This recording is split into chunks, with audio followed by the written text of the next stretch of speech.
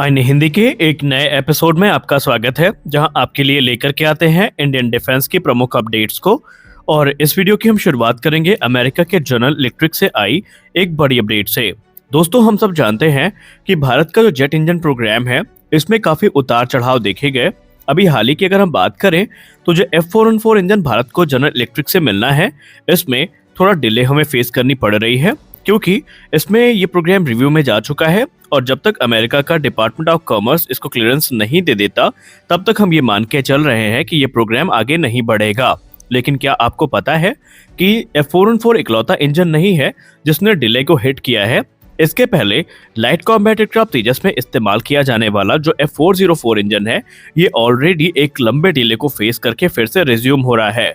और अमेरिका ने काफी लंबे समय के बाद भारत को एक आश्वासन दिया है कि अब जो डिले के बादल हैं वो छटते नजर आ रहे हैं और अब भारत को F404 GE-IN-20 इंजन तय किए गए समय अंतराल पर मिलने शुरू होंगे। आपको हम बता दें कि ये इंजन लाइट कॉम्बैट एयरक्राफ्ट तेजस का हार्ट है, क्योंकि तेजस इन्हीं इंजन से पावर्ड है। इनिशियल प्रोजेक्शन ये इशारा कर रहा था कि अगस्त 2023 से जो अराइवल है इंजन का, ये शुरू हो जाएगा। लेकिन जनरल इलेक्ट्रिक के सीईओ एमी गॉर्डन ने ये कंफर्म कर दिया कि सप्लाई चेन में कुछ उतार चढ़ाव हुए, जिसके चलते इन इंजन का प्रोडक्शन बाधित था। और तकरीबन 18 महीनों के उतार चढ़ाव के बाद अब सब कुछ सही हो चुका है, प्रोडक्शन सामान्य हो चुका है और अब तय किए गए समय अंतराल पे ये इंजन भारत को मिलेंगे। भारत के लिए चिंता का विषय ये था कि वर्ष 2021 में 83 तेजस मार्क 1 जेट का ऑर्डर प्लेस किया गया था और उन सभी में इन इम्प्रूव्ड इंजन का इस्तेमाल करना था।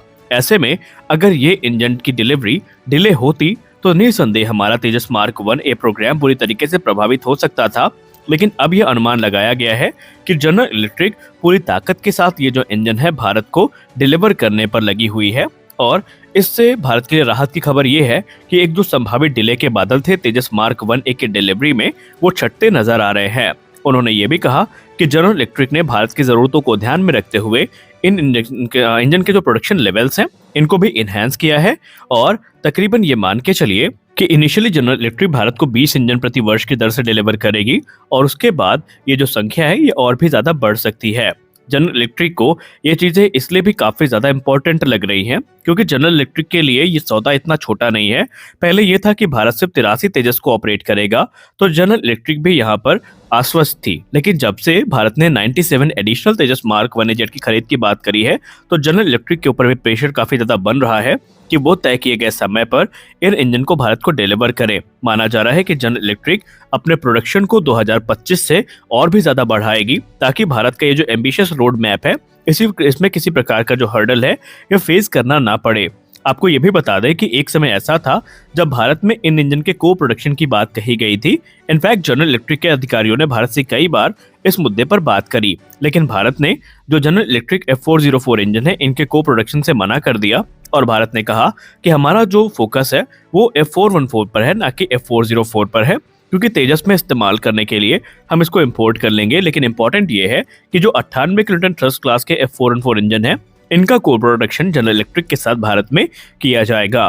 दरअसल F414 का इस्तेमाल तेजस मार्क 2 में किया जाना है, एमका मार्क 1 में किया जाना है और टेडबियो प्रोग्राम में किया जाना है। यानी उस इंजन से भारत के 3 मेन प्रोग्राम जुड़े हुए हैं। इसलिए भारत ने प्राथमिकता F414 को दी और जनरल इलेक्ट्रिक F404 के प्रोडक्शन का जो ऑफर है, इसको ठुकरा दिया। लेकिन अब अच्छी बात यह है कि तय किए गए समय पर ये इंजन भारत को मिलते रहेंगे और भारत का जो तेजस मार्क 1 प्रोग्राम है, ये किसी प्रकार से प्रभावित नहीं होने वाला है। हमारी अगली बड़ी अपडेट MRFA प्रोग्राम को लेकर के आ रही है। जैसा कि हम सब जानते हैं, MRFA प्रोग्राम में भारतीय वायुसेना को 114 की संख्या में जो फाइटर जेट्स हैं वो खरीदने हैं। और हम सब ये भी जानते हैं, अब एक बात लगभग कंफर्म हो चुकी है कि जो सिंगल इंजन फाइटर्स हैं, ये इस प्रोग्राम से बाहर का रास्ता देख चुके हैं, जिसमें F-21 और साब ग्रिपेन शामिल हैं। वही रशियन फाइटर्स को भारत कंसीडर नहीं कर रहा है। तो जो मेन कंपटीशन बचा है वो Eurofighter Typhoon, Dassault Rafale F4 standard और F-15EX के बीच में है। और हाल ही में रक्षा मंत्री श्री राजनाथ सिंह जी अपने 2 दिवसीय दौरे पर यूके पहुंचे थे, जहां पर उन्होंने अपने यूके के काउंटर पार्ट से बातचीत करी। यानी यूके के जो उनके काउंटर पार्ट है ग्रैंड सैप्स, इनसे कुछ अहम मुद्दों पर बात करी गई। पहले जो बातचीत थी, ये फॉर्मल जो रिलेशंस हैं इनको स्ट्रॉन्ग करने को लेकर की करी गई।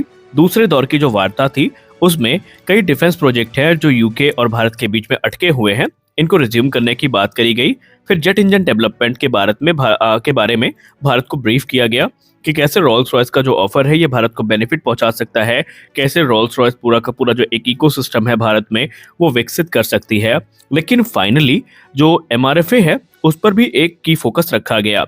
एमआरएफए को लेकर के यूके के जो काउंटर पार्ट हैं उन्होंने ये कहा कि भारत के लिए वो हर प्रकार से सहयोग करने के लिए तैयार है और भारतीय वायुसेना की जो जरूरतें हैं, जहां पर 114 की संख्या में फाइटर जेट्स की तलाश की जा रही है, इसमें यूके भारत की मदद कर सकता है। यूके ने फिर से यूरोफाइटर टाइफून ट्रांस 4 को कह सकते हैं पुश किया है भारत के सामने, और उन्होंने ये कहा है कि अगर भारत ने इस एयरक्राफ्ट को लिया तो इससे भारतीय वायुसेना की जो कैपेबिलिटीज है ये कई गुना ज्यादा बढ़ जाएंगी। उन्होंने कहा कि जो लेटेस्ट वेरिएंट है यूरोफाइटर टाइफून का, ये बहुत सारे इंप्रूवमेंट्स के साथ है और ये भारतीय वायुसेना के लिए एक गेम चेंजर साबित हो सकता है। उन्होंने ये भी कहा कि भारत अगर चाहे तो इसमें अपने जरूरत के हिसाब से कोई भी मॉडिफिकेशन करवा सकता है, कोई भी एडिशनल अपडेट भारत की तरफ से करवाए जा सकते हैं। यूके को या यूरोफाइटर कंसोर्टियम को इससे किसी प्रकार की दिक्कत नहीं है।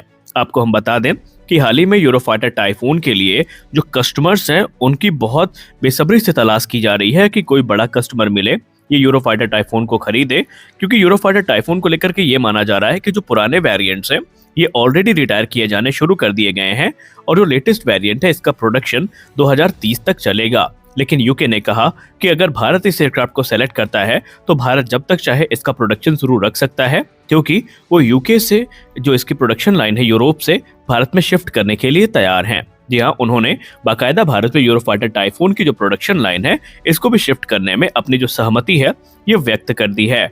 और आपको बता दें कि यूरोफाइटर टाइफून को हम लोग हल्के में लेने की गलती नहीं कर सकते, क्योंकि वर्ष 2012 यानी MMRCA 1 में इसने राफेल को बहुत कड़ी टक्कर दी थी और राफेल बहुत कम मार्जिन से यहाँ पर जीता था पूरे कंपटीशन को। इसलिए आप इसे राफेल के समकक्ष या कुछ मायनों में राफेल से ज्यादा एडवांस मान सकते हैं। लेकिन भारत इसको खरीदेगा या नहीं खरीदेगा ये भारत के ऊपर है। एक्सपर्ट्स ये मानते हैं कि अगर भारत ने इसको कंसीडर किया तो भारत के सामने कुछ चैलेंजेस भी होंगे, क्योंकि यूरोफाइटर टाइफून किसी एक देश के द्वारा नहीं बनाया जाता बल्कि अलग अलग देशों के सहयोग से एक कंसोर्टियम को फॉर्म किया गया है जिसको हम यूरोफाइटर कंसोर्टियम के नाम से जानते हैं। इसमें कुछ देश ऐसे हैं जो आमतौर पे कभी कभी भारत के अगेंस्ट हो जाते हैं या उनका जो रुख है भारत के खिलाफ उतना अच्छा नहीं रहता, तो ऐसे में भारत को ये सारी चीजें पहले देखनी होंगी। उसके बाद यूरोफाइटर टाइफून को अगर भारत सेलेक्ट करना चाहता है तो उसमें कोई दिक्कत भी नहीं है। लेकिन एक्सपर्ट्स कुछ ये भी मानते हैं कि राफेल को भारतीय नौसेना के द्वारा भी ऑपरेट किया जा रहा है, भारतीय वायुसेना के द्वारा भी ऑपरेट किया जा रहा है, पायलट्स की ट्रेनिंग भी हो चुकी है, इंफ्रास्ट्रक्चर पे विकसित हो रहे हैं, सैफरान के एमआरओ फैसिलिटी 2024 से ऑपरेशनल हो जाएगी और खुद डसाल्ट एविएशन भी भारत में अपनी प्रोडक्शन लाइन को शिफ्ट करना चाहती है। तो ऐसे में भारत के लिए राफेल एक कॉस्ट इफेक्टिव ऑप्शन है। और क्योंकि भारतीय वायुसेना नए टाइप के फाइटर को इंजेक्ट करना नहीं चाहती, इसलिए चांसेस अभी भी राफेल F4 स्टैंडर्ड के सबसे ज्यादा है। लेकिन अब यहाँ पर अभी से कुछ भी निर्णय ले पाना थोड़ा मुश्किल होगा। देखते हैं कि भारतीय वायुसेना किसे सेलेक्ट करती है। तो आज के इस वीडियो में बस इतना ही। मिलते हैं अगले वीडियो में कुछ और अपडेट्स के साथ। तब तक के लिए जय हिंद।